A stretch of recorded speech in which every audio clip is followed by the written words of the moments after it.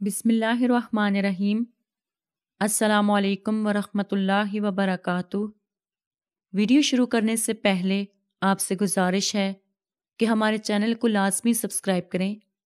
سیدنا انس بن مالک رضی اللہ تعالیٰ عنہ سے روایت ہے کہ رسول اللہ صلی اللہ علیہ وسلم نے فرمایا، کیا میں تمہیں بتلا نہ دوں کہ جہنم والے کون ہیں اور جنت والے کون ہیں؟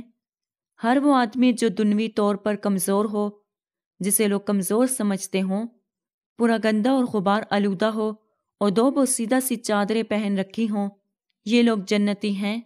ان کا اللہ تعالیٰ کے ہاں یہ مقام ہے کہ اگر ان میں سے کوئی اللہ تعالیٰ پر قسم اٹھا دے تو وہ ان کی قسم کو ضرور پورا کر دیتا ہے، اور سخت مزاج، بد اخلاق، متکبر، مال و دولت جمع کرنے والا و بخیل اور موٹا تازہ آدمی جو عذرائے تکبر، لوگوں سے آگے آگے چلنا پسند کرتا ہو، وہ جہنمی ہے۔